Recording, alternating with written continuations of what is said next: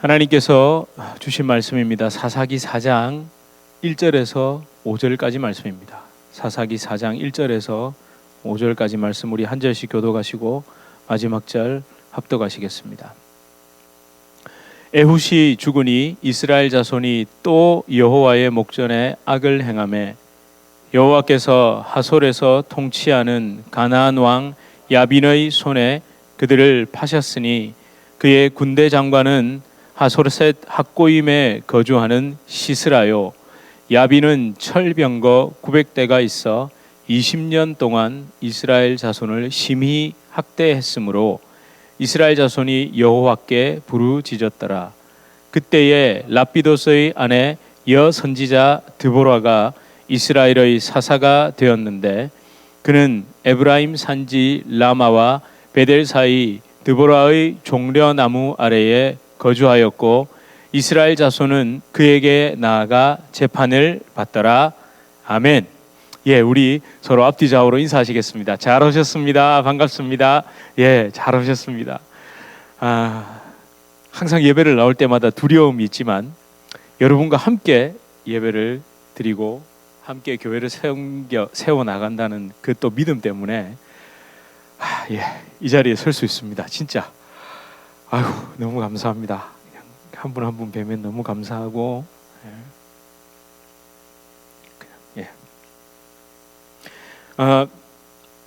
오늘 본문을 좀 뚫어지게 좀 보십시오. 다시 뚫어지게 좀 봐야 됩니다. 이 뚫어지게 딱 쳐다보니까 몇 가지가 보이세요? 늘 이거 궁금하신 게 있지 않으신가요? 저는 이게 늘 궁금했는데요. 뭐가 딱 눈에 제일 들어오세요? 그러니까 원인, 목전에 악을 행했는데 하나님께서 목전에 악을 행하고 나면 항상 어떻게 하시죠? 하나님 어떻게 하십니까? 팔아버리시죠. 와. 하나님 장사에 능하신가 봐요. 네. 샀다가 팔아버리 뭐 이런 건가요? 하나님 정말 파셨습니까? 하나님 정말 그런 분이십니까? 이제 이런 표현이 계속 반복됩니다. 사실 이전에도 나왔습니다. 목전에 악을 행하니 하나님이 파셨다. 그런데 이걸 제대로 이해하지 않으면, 그러니까 이걸 뚫어지게 딱 쳐다보지 않으면, 아니면 여러분이 지금까지 판다라는 의미, 그 느낌을 빨리 버리시지 않으면 모든 원인을 하나님께 돌립니다. 그죠? 그런 경우 못 보셨어요? 자기가 잘못한 것도 다 하나님이 그래서 그랬다. 그죠? 그러니까 운명론적 해석의 늪에서 빠져나올 수가 없습니다. 하나님이 파셨으니까요. 그게 어쩔 수가 없었던 거예요. 근데 여러분, 여기 이 단어 분석을 한번 해볼 필요가 있습니다. 이 파셨다라는 말, 그렇죠? 히브리어로 마카르라는 이 단어 맞습니다. 팔아버린 맛, 셀, 이렇게 판 게 맞습니다. 그런데 이 부분을 아주 독특하게도 헬라어, 그러니까 히브리어 성경을 헬라어로 번역을 한 70인역, 그 성경에 보면요, 아포디돔이라는 단어로 번역을 했습니다. 그게 무슨 뜻이냐면요, 단순히 팔아버린 게 아니라 사실 팔다라는 의미가 아닙니다. 아포디돔이 이 말은 되돌려주다라는 의미입니다. 그 돌려줬다는 거예요. 그러니까 여호와 하나님께서 그들이 범죄하니까 팔아버린 게 아니라 되돌려줬다라는 의미는 하늘과 땅 차이 아닙니까? 한번 생각해 보십시오. 그럼 이게 뭘 의미할까요? 그러니까 여호와 하나님께서 이거죠. 네가 그토록 좋아서 가겠다는 그 우상에게 가도록 내버려 두셨다는 거죠. 아니, 내버려 두신 적은 사실 없죠. 하나님이 단 한 번이라도 그래 가라 그랬나요? 하나님은 계속해서 가지 말라고 얘기하셨죠. 돌아오라고 말씀하셨습니다. 근데 누가 꾸역꾸역 간 겁니까? 이스라엘 백성들이 꾸역꾸역 갔잖아요. 사실은 우리는 이걸 분명히 알아야 합니다. 인간은 자유의지, 그러니까 하나님께서 주신 자유의지를 가지고 누구에게 이 자유의지를 드리며 살았어야 됩니까? 기쁨을 따라. 하나님께 이 자유의지를 드리며 살았어야 하는데 이걸 누구에게 넘겨버렸죠? 사단에게 넘겨버렸죠. 근데 이것도 사단이 유혹해서 그런 겁니까? 유혹했는데 유혹에 넘어간 이유는 뭡니까? 내 본성에 이끌린 거잖아요. 아니, 아무리 유혹해도 난 그게 싫으면 안 합니다.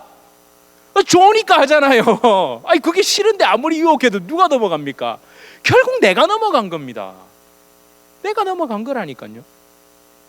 하나님이 왕이 되시는 것, 하나님이 왕이 되시는 걸 버리고 자기가 왕이 되고 싶었던 그 본성을 누가? 사단이 교묘하게 파고 들어와서 딱 걸어넘긴 겁니다. 그래서 사단은 어떻게 속였죠? 그러면 그 선악과를 먹으면 선악을 안다는 말은 네가 주인 될 수 있다라는, 선악을 판별하는 분은 하나님밖에 없는데 그 네가 이제 왕이 될 수 있다는 얘기죠. 그러니까 왕 될 줄 알고 딱 넘겼더니 어떻게 됐습니까? 도리어 사단의 종이 돼 버렸죠. 이게 인간의 범죄함입니다. 그 사과 하나 따먹은 게 아니라, 과실 하나 따먹은 게 아니라 내가 왕 되고 싶어 했다. 이걸 잊으면 안 됩니다. 왜 요한복음 8장 44절에 그래서 이런 기록이 있잖아요. 너희는 너희 아비 마귀에게서 났으니 너희 아비의 욕심대로 너희도 행하고자 하느니라. 그렇게 걸려 넘어진 거예요. 원래 뭐의 소유였는데 하나님의 소유에서 사단의 소유로 넘어가 버렸죠. 누구의 욕심에 의해 인간이 거기 걸려 넘어진 겁니다. 그거를 빼버리면 안 됩니다. 그 이단들이 하는 중에 여러 가지 분류들이 있는데 무조건 사탄이 했다잖아요. 무조건 다 사탄이 했다. 그래서 귀신 쫓아라, 사탄을 이겨라. 아니, 걸려 넘어진 건 난데 그게 사탄 하면서 자기 책임에서 벗어나려고 하는 그 인간의 간악함이 거기에 딱 숨어 있다니까요. 근데 이렇게 거짓의 아비에게 넘어가서 사탄의 종이 돼 있는데 하나님은 어떻게 하셨습니까? 대속의 은혜, 그 속량의 은혜, 값을 다시 주고 사오셨죠. 사오셨잖아요. 그러니까 끊임없이 떠나려고 하는 걸 다시 또 붙잡아 사오시면 또 떠나고, 또 붙잡아 사오면 또 떠나고. 아니, 그 대표적인 예가 뭡니까? 호세아서에 딱 기록되어 있잖아요. 아니, 이걸 단순한 음란 뭐 이런 거에 머무시면 안 됩니다. 호세아서를 자세히 읽어보시면 앞에 고멜에 대한 이야기를 하고 난 다음에 뒤에는 전부 다 이스라엘에 대한 얘기를 하고 있는 겁니다. 그러니까 너희가 이렇게 했다고, 너희도 똑같다고. 그러니까 고멜 이꼴 뭐다? 우리다, 이 얘기입니다. 고멜은 우리예요. 북이스라엘에 국한된 것도 아니고 남유다라고 예외가 아니고 모든 하나님의 언약 백성, 그러니까 하나님이 값을 주고 다시 사왔는데 또 간 너희들을 이야기하는 겁니다. 다시 값 주고 사오시는, 아니 신약에는 이걸 더 명확히 설명하죠. 다시 값을 주고 사오시는 은혜. 로마서 3장 24절. 아니 정말 많은데 이게 제가 대표적인 것만 뽑은 겁니다. 뭐라고 기록합니까? 시작. 그리스도 예수 안에 있는 속량으로 말미암아 하나님의 은혜로 값없이 의롭다 하심을 얻은 자 되었느니라. 여기서 우리 절대 값없이라는 말도 헷갈리시면 안 됩니다. 값이 없는 게 아니라 엄청난 값을 지불했죠. 누가? 예수님이 친히 지불하셨잖아요. 그리고 그 속량의 은혜, 값을 주고 사해준 은혜는 어디 안에만 있다고요? 그리스도 예수 안에만 있습니다. 그 밖에는 없습니다. 그 값없이라는 말을 무조건 아무 때나 해도 돼, 뭐 쉽게 이렇게 받아들이면 안 됩니다. 그럼 여기에만 있나요? 자, 그러면 그 다음에 어때요? 갈라디아서 1장 4절 보십시오. 그리스도께서 곧, 함께 읽겠습니다. 시작. 그리스도께서 하나님 곧 우리 아버지의 뜻을 따라 이 악한 세대에서 우리를 건지시려고 우리 죄를 대속하기 위하여 자기 몸을 주셨으니. 하나님은 끊임없이 값을 주고 우리를 건지셨다는 거예요. 고멜보다 더한 우리, 더하죠. 얼마나 크고 작은 거 생각하지 마시라니까요. 하나님 앞에는 전부 아니면 빵입니다. 온전함 아니면 빵이라니까요. 요 정도 상대적인 비교 없습니다. 그리스도 안에 있는 속량. 그래서 하나님께서 고린도전서 7장 23절에 보면 뭐라고 되어 있습니까? 함께 또 읽겠습니다. 고린도전서 7장 23절입니다. 시작. 너희는 값으로 사신 것이니 사람들의 종이 되지 말라. 물론 이것은 종과 자유인에 대한 그 고린도 교회 안에 있는 그 종으로서 그러니까 예수님을 믿은 사람들과 그 다음에 자유인으로서 그 당시에 로마 시민이나 이런 사람들을 비교하기 위한 그 앞에 이야기지만 핵심은 너희 모두 다 예수의 종이라는 이야기입니다. 왜? 하나님께서, 예수님께서 그리스도로 값주고 사셨으니까, 그러니까 더 이상 사람의 종이 아니란 말은 그런 신분으로 높낮이로 서로 차별하지 말라는 이야기를 하지만 근본 본질은 왜 차별이 없다는 겁니까? 너도 우리도 고멜이고 죄인이고 예수 그리스도께서 값주고 사시지 않았다면 우리는 여전히 아까 그 세상의 종되어 살 건데 우리는 이제 그리스도의 종이니 차별이 없다, 이 얘기하는 겁니다. 값주고 샀다, 값주고 샀다를 계속 강조하고 있습니다.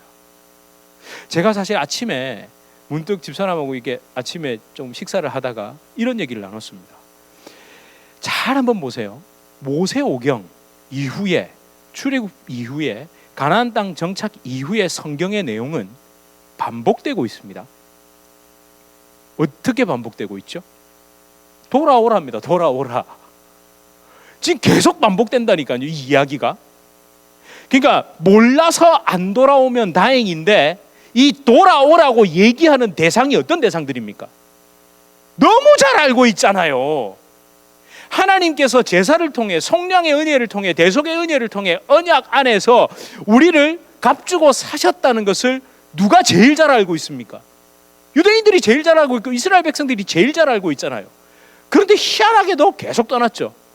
그래서 계속 반복되고 있다니까요. 돌아오라, 돌아오라, 돌아오라. 누가? 이스라엘 백성들, 가장 잘 믿는다는 그들에게 반복해서 이야기하십니다. 그러니까 저도 설교할 때 반복해서 이야기할 수밖에 없습니다.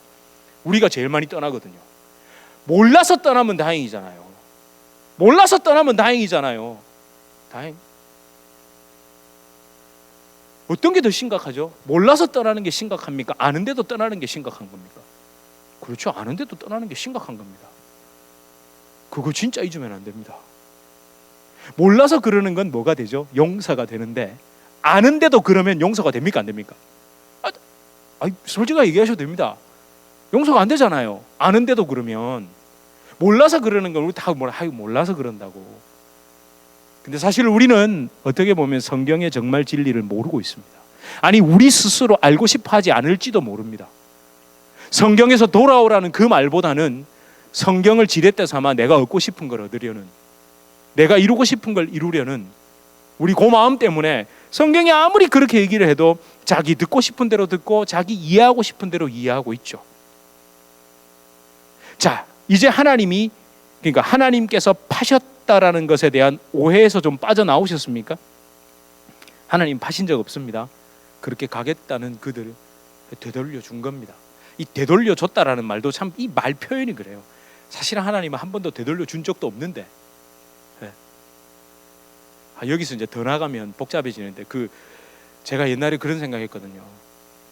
나 뭐 이렇게 가려 그러면 다리 몽댕이를 분질러서라도 붙잡아 놓으시지 왜 안 하셔가지고 내가 이렇게 되게 만드셨느냐, 자꾸 이렇게 했다니까요.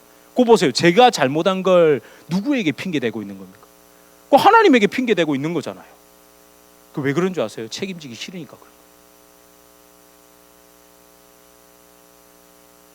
파셨다를 자기 책임 회피의 수단으로 이용해서는 안 됩니다. 좀 따져야 됩니다. 냉혹할 정도로 직시해야 됩니다. 이 따지기 싫어하는 인간의 본성이 있잖아요. 따지면 좋아합니까? 안 좋아합니까? 안 좋아하잖아요. 근데 사실 잘 생각해 보세요. 자기에게 유리할 때는 파헤치고 따지는 걸 좋아하는데 자기에게 불리할 때는 누가 파헤치고 따지면 뭐랍니까? 쪼잔하게 따지나? 그 옛날 이야기 하나 막 이런 식으로 나오죠. 근데 자기에게 유리할 때는 파헤치고 따지고 들어가고 이럽니다.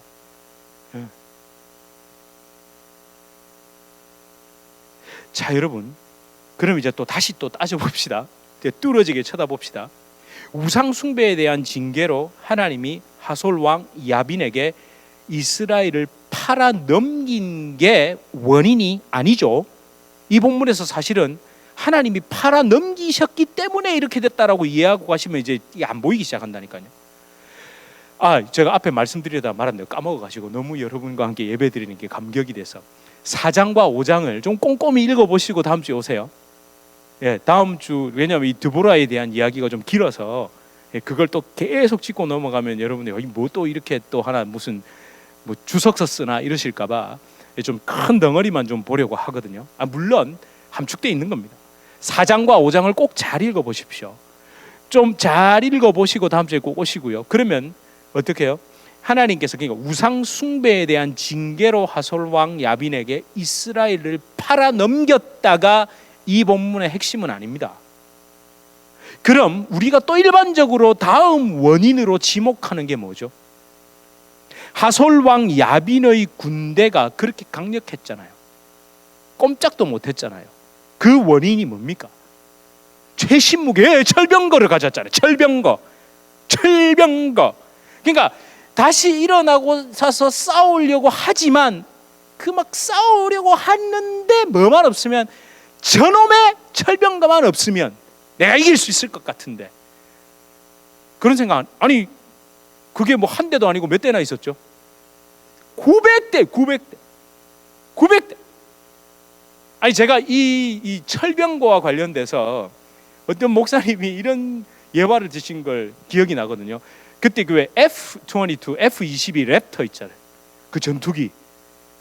그 F-22의 하위 버전이 뭔지 아세요? F-35. 모르십니까? 우리나라에서 대한민국도 이걸 수입했는데 F-22는 미국이 절대 안 팝니다. 그리고 보유 대수도 몇 대 없어요. F-22를 뛰어넘을 수 있는 전투기가 없거든요. 굳이 많이 갖고 있을 필요가 없는 겁니다. F-35도 거기서도 소프트웨어나 이런 걸 좀 빼고 이렇게 팔거든요. 왜냐하면 대한민국 공군 입장에서 F-35만 가지고 있어도 북한 공군은 그냥 식은 죽 먹기죠. 아무튼 그래서 그 당시에 이 철병거가 이런 신무기였다. 그게 아직도 생생히 제가 기억이 나요. 맞습니다. 신무기였죠. 그런데 이런 신무기, 이 대단한 철병거를 여호와 하나님께 다시 부르짖으니까 하나님께서 철병거를 박살내시고 구원하셨다라는 이 단순한 해석에서 우리가 그쳐야 하냐는 거죠. 그렇게 해석하면 불가능은 없다. Nothing is impossible 이거 되잖아요. 긍정의 힘 되고, 신적인 힘이 임하면 아무리 대단한 것도 우리가 뛰어넘을 수 있다. 이런 이야기를 기독교만 하나요? 다른 종교에서도 다 하잖아요.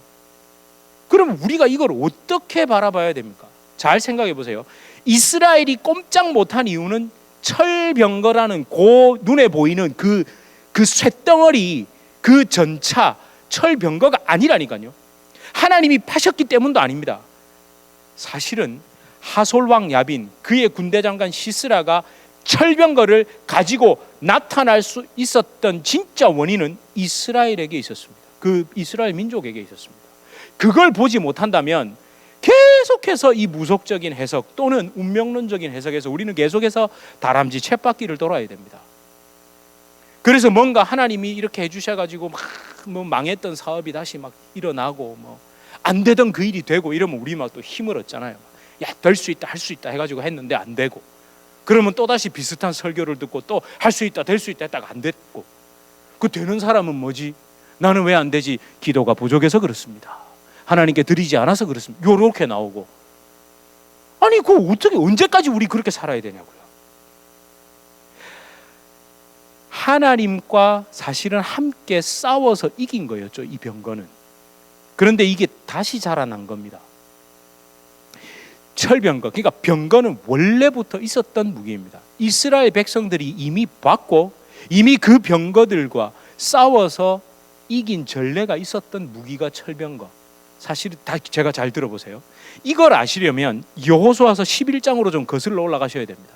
11장 6절을 보십시오. 11장 6절, 여호수아 11장 6절입니다. 시작. 여호와께서 여호수아에게 이르시되 그들로 말미암아 두려워하지 말라. 이미 말씀하셨어요. 시작. 내일 이맘때에 내가 그들을 이스라엘 앞에 넘겨주어 몰살시키리니 너는 그들의 말 뒷발의 힘줄을 끊고 그들의 병거를 불사르라 하시니. 이미 하솔왕, 이 여호수아서 11장이 뭐냐면 가나안 북부, 하솔왕을 중심으로 한 가나안 북부 연합군을 싸워서 물리친, 꺾어버린 사건이 사실은 지금 재현되고 있는 겁니다. 예. 이미 그때 여호와께서는 너희에게 넘겼다, 싸워서 이겨라. 그리고 그 말에 뒷발의 힘줄을 끊어버리고 그 병거는 불태워라. 그러면서 혹시 기억나시나요?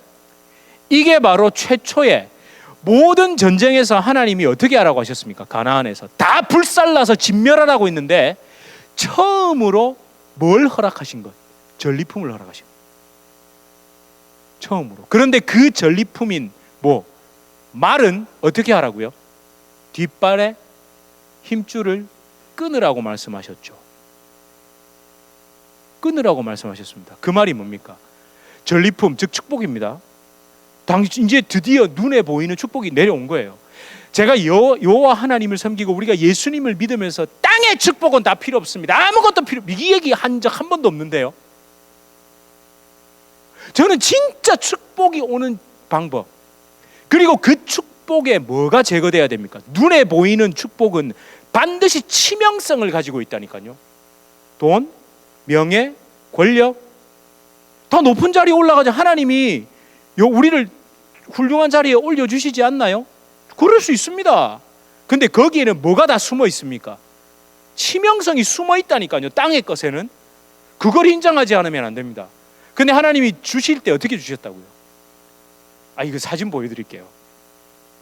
그때 같이 본 적이 있었는데 여기입니다. 빨간색 요 뼈고 여기 이게 뭡니까? 뒷발의 힘줄이 뭡니까? 얘 아킬레스건.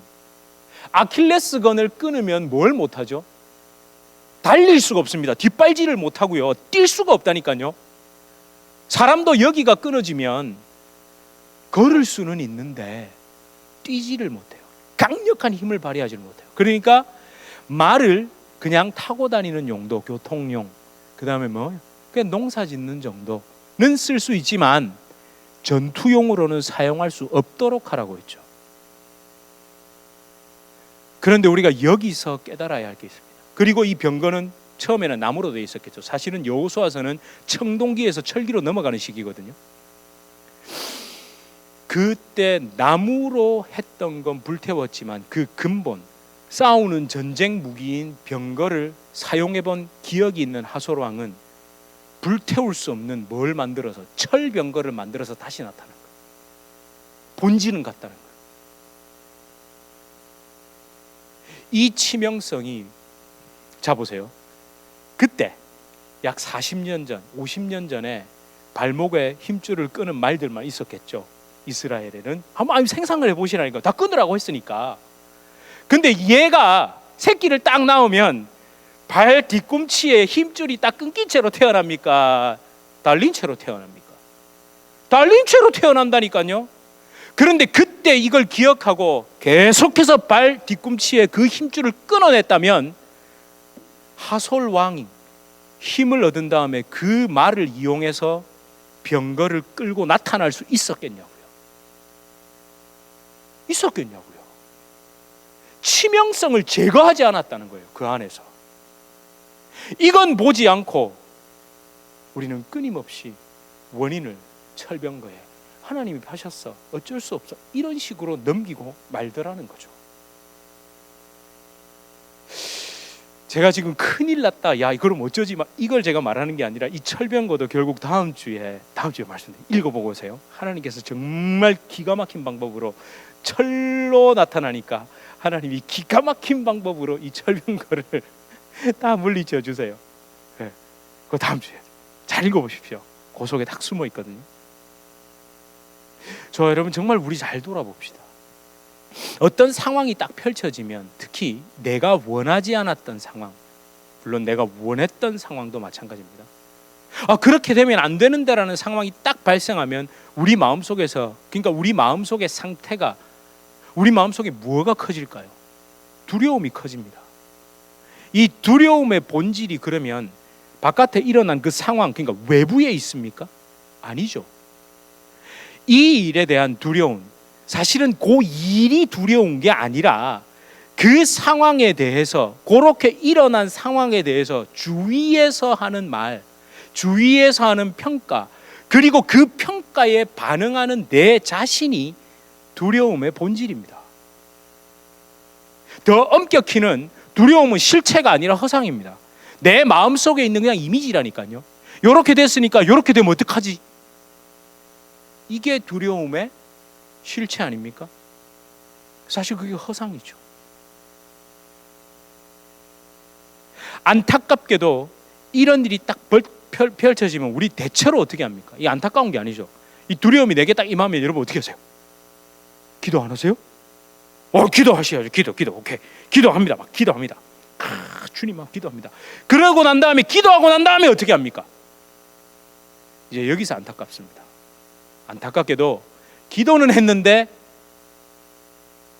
그냥 내가 가장 잘하는 것, 내가 가장 익숙한 방법으로 해버립니다.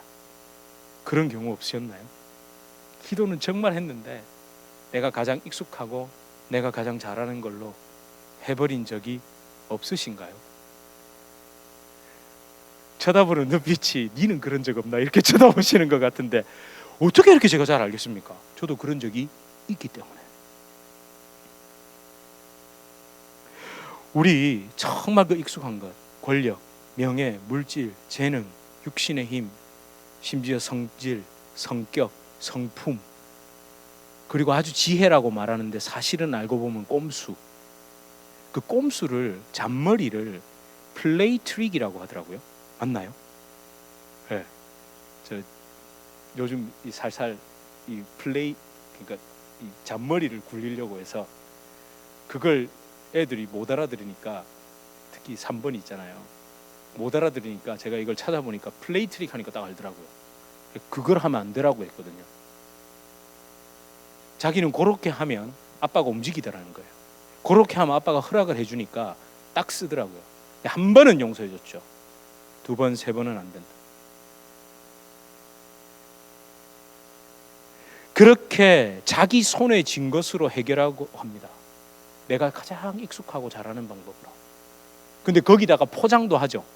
뭐라고 포장하죠? 이 권력, 명예, 물질, 재능, 육신의 힘, 성격, 여러 가지 어떤 지혜라고 말하는 모든 것을 뭘로 포장합니까? 하나님이 주신 축복이고 재능이고 지혜고 달란트라는 걸로 다 포장해가지고 사실은 내가 익숙한 대로 하고 있죠.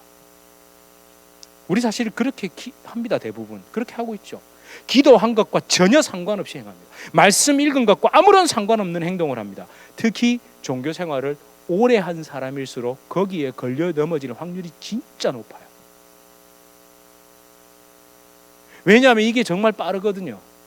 이게 빨라요. 정말 너무 기가 막힌 진통제처럼 탁 하면 그 순간에 이게 듣는 것 같거든요. 그러면 이것만 있나요? 요거를 살짝 조금 더 깊이 생각해 보세요. 내가 지금 가진 것, 가장 익숙한 것에 제가 방금 말씀드린 권력, 명예, 물질, 명예, 뭐 육신의 힘, 지혜, 막 축복 이런 것들은 좀 뭔가 능동적이죠. 그죠? 적극적인 것으로 되잖아요. 소극적인 게 있습니다. 어떻게 하면요? 이건 어떻게 보면 약간 겸손한 것처럼 보이고 뭔가 좀 순종하는 것 같은 인상을 줍니다. 이게 뭐냐면 그런 일이 딱 닥쳤을 때 자포자기, 회피하고 거부하고 뭐 주님께서 다 알아서 하시겠죠. 하나님께 내려놨어요. 하나님께 드립니다. 근데 그게 자포자기, 그리고 마음속에서는 이게 두 개가 움직여요. 이거는 없지만 이거는 있다. 그런 경우 없으세요? 저 그런 얘기 정말 많이 들었는데요. 그거 다 니보다 못한 거 생각해라. 그게 정말 성경적인 겁니까? 저도 그런 게 있거든요. 너무너무 하고 싶은 게 있고 원하는 게 있는데 내 뜻대로 안 되는 것도 있고, 근데 또 돌아보면 또 좋은 것도 있어요. 아래를 봐라, 못한 걸 봐라. 맞습니다. 그것도 필요합니다. 그런데 그게 정말 근본적인 해결이 되더라고요. 안 된다니까요. 그 잠깐은 위로가 되는데 사실은 안 돼요. 혹시 저와 여러분, 우리는 이 둘 중에, 그러니까 소극적인 측면으로 때로는 뭔가 겸손한 듯 내려놓고 회피하고 거부하고, 때로는 내가 있는 걸로 적극적으로 막 그걸 내가 익숙한 대로 해결하려고 하고, 사실은 이 두 가지를 다 하고 있습니다. 우리 다 하고 있다니까요.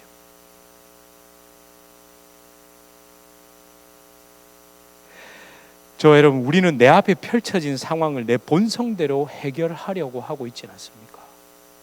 또는 어떤 허망한 대리만족도 아니고 이걸 어떻게 표현을 할 수, 이럴 때는 철학자가 되고 싶고요. 정말 제가 표현을 너무 잘하고 싶은데 이것밖에 안 되는 제가 참 답답하기도 합니다. 근데 제가 무슨 말을 하는지는 좀 아시겠죠? 우리 안에 그 복잡한 심정을 좀 뚫어지게 한번 딱 쳐다보시라고요. 저는 오늘 본문을 보면서 말의 뒷발, 그 뒷발에 있는 힘줄을 끊어버렸다고 생각했던 그 힘줄이 다시 제 안에서 자라 올라왔다는 것을 제가 인정할 수밖에 없었습니다. 저에게 익숙한 이 종교적인 삶이 너무도 교묘하게 제 안에서 저의 의로움으로 자라나고 있다는 것. 그리고 참 말씀을 보면서 요리 피하고 저리 피하고, 그거 정말 잘하잖아요. 너무 잘 아니까. 네. 말씀을 잘 아니까 이게 항상 그렇지. 가장 잘 아는 거에 넘어집니다. 잘 알기 때문에 피하기도 쉽고요. 네. 근데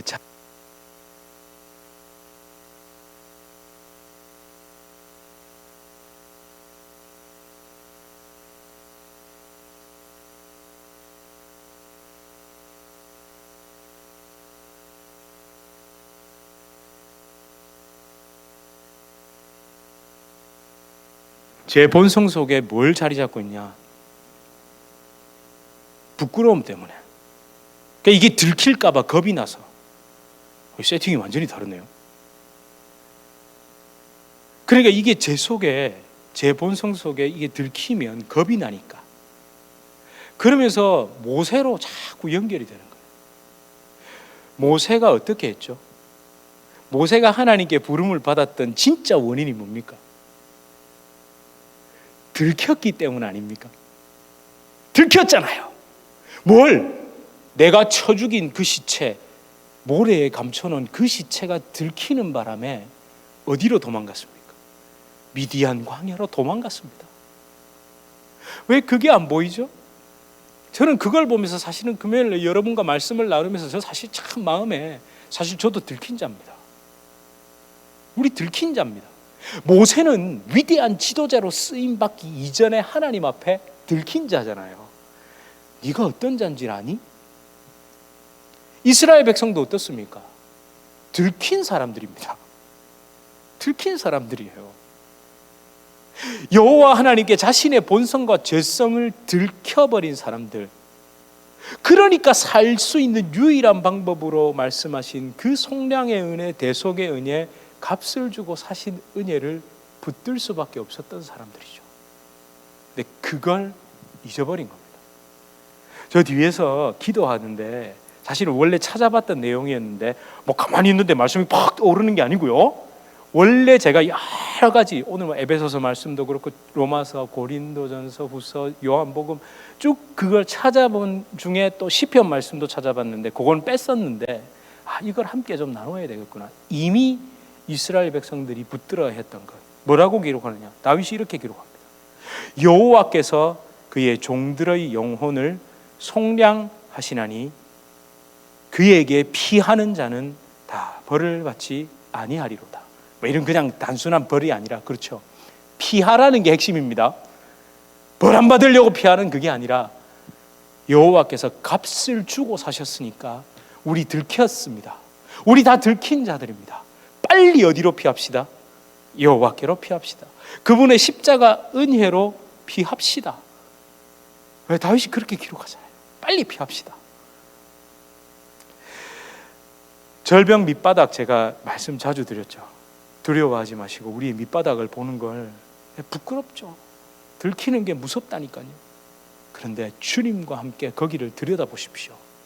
성령의 빛으로 비추고 십자가를 붙잡고 살기 위해 다시 여호와께로 돌아올 때 다음 주에 대역전극은 펼쳐집니다. 이 찬송가를 너무 잘 아시는데, 우리 너무 잘 아는 찬양인데 가장 잘 하지 않는 거죠. 내가 매일 십자가 앞에. 박수 치면서 많이 불러서 그럴 수도 있는데 가만히 내가 매일 십자가 앞에, 내가 매일 십자가 앞에. 하나님 앞에서 내 본성을 들키는 걸 두려워할 필요 없습니다. 주님, 제가 먼저 들킨 자가 되길 원합니다. 내 속에 있는 것들이 하나님 앞에 하나 하나 드러나기를 원합니다.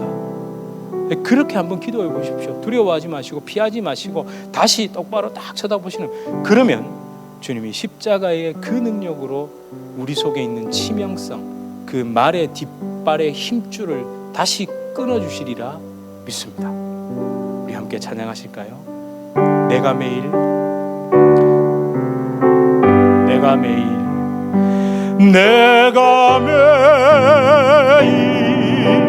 십자가 앞에 더 가까이 가오니 구세주의 흘린 보배 피로써 나를 정케 하소서. 주의 음성을 내가 들으니 사랑한단 말이세. 믿는 마음으로 주께 가오니 나를 영접하소서. 내가 매일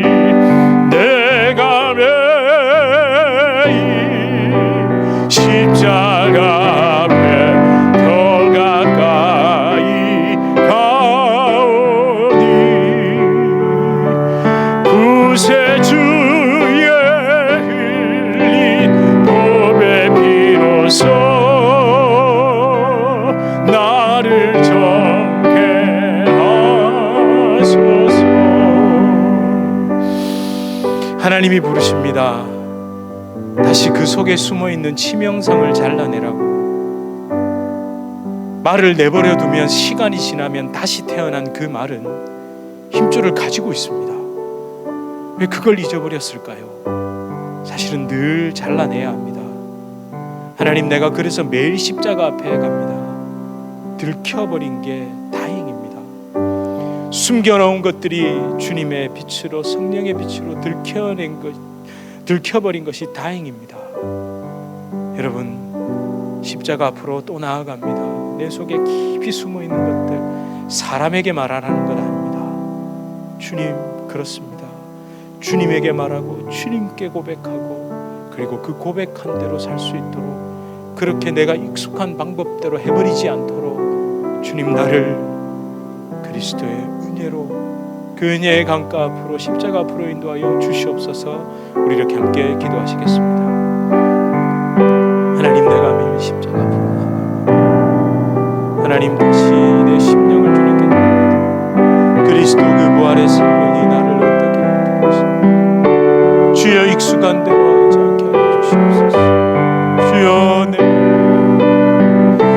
하나님,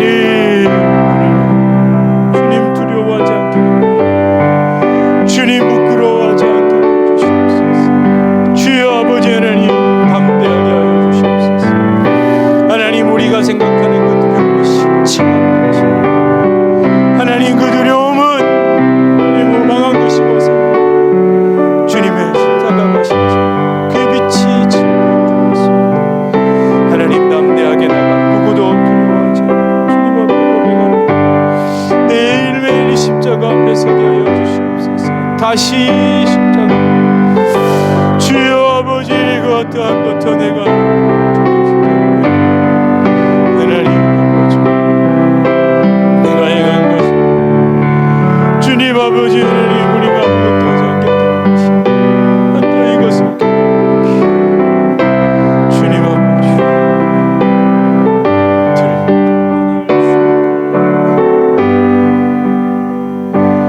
내가 매일 십자가 앞에 더 가까이 가오니 구세주의 흘린 보배 피로써 나를 정케 하소서. 하나님 앞에 이 모든 것, 내 속에 있는 것들을 들켜버려야 합니다. 근데 이 들키었다는 표현도 사람의 표현일 뿐입니다. 하나님과 함께 바라보는 겁니다. 다시 직시하는 겁니다. 주님의 손 붙잡고 있기에 두려워하지 않습니다. 그것이 나의 수치가 아니고 부끄러움이 아닙니다.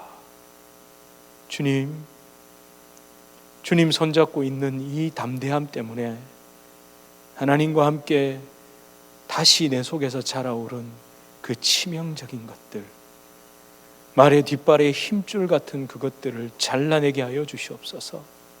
주님, 그거 잘라내고 주님이 주신 은혜 가운데 하나님 평안한 삶을 살게 하시고, 하나님 내가 있는 것으로 이것저것 그것보단 낫지, 이것보단 그렇지 라는 마음으로 사는 것이 아니라 오직 진리 되신 예수 그리스도 안에 있는 것으로 기뻐하게 하여 주시옵소서. 하나님, 우리 모두가 연약합니다. 우리 모두가 참 이런저런 상황 가운데서 여러 가지 내 마음의 복잡함을 가지고 살아갑니다. 그럼에도 불구하고 나를 긍휼히 여겨주시는 예수 그리스도의 음성, 십자가로 나를 다시 부르시는 그 음성에 힘을 얻고 믿음으로 살아가게 하여 주시옵소서. 그 고민하는 모든 것들이 주님 앞에 드릴 때에 하나님의 은혜 가운데 해결되게 하여 주시옵소서. 예수 그리스도 이름으로 간절히 기도드립니다. 아멘. 우리 주 예수 그리스도의 은혜와 하나님 아버지의 극진하신 사랑과 성령 하나님의 위로 교통 교제 충만케 하시는 역사, 우리를 다시 보게 하시고 그 다시 자라난 그 가시 같은 것들, 끊어지지 않을 것 같은 그 힘줄들을 다시 잘라내게 하시는 성령의 놀라운 역사가 우리 주님의 교회 성도님들과 주님의 교회로 불러주실 주의 귀한 자녀들 개인의 삶, 가정, 생업, 직장, 사업 하시는 모든 일 가운데 이제로부터 영원토록 함께 있을지어다. 아멘.